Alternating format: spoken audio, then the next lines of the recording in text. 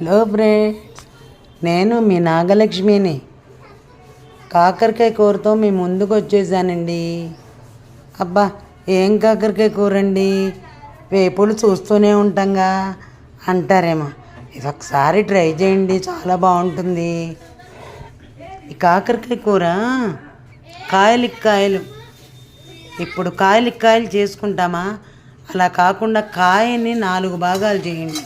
ఇలాగా చేసి ఉప్పేసి ఒక అరగంట సేపు నానబెట్టాలి. నానబెడితే ఆ చేదు నీళ్ళన్నీ దిగిపోతాయి.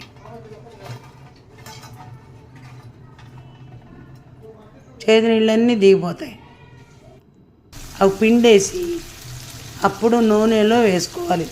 బాండీలో నూనె పోసి బాండీలో వేయించుకోవాలి. శుభ్రంగా వేయించుకోవాలి. మోతక్కర్లేదండి మనకి, ఎందుకంటే కరకర కావాలంట.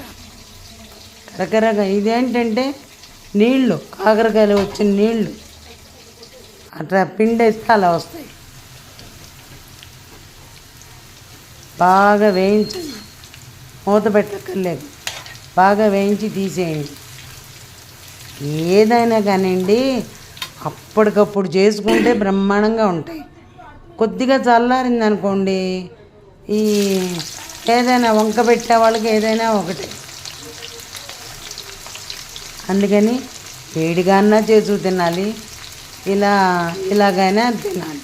కాంప్రమైజ్ అవ్వాలి కొన్నిట్లో.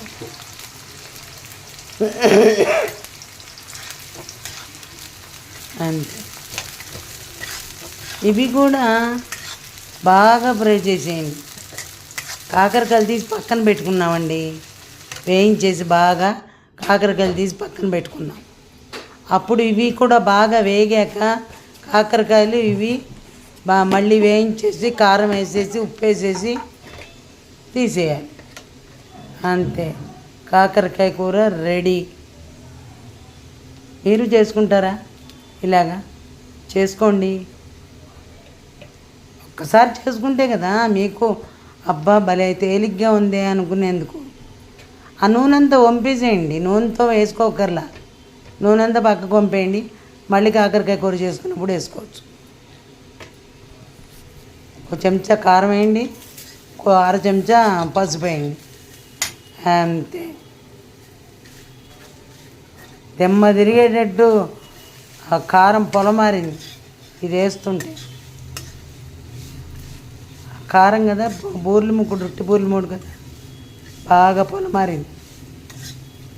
అంతే, తీసేయడమే. అయిపోయింది.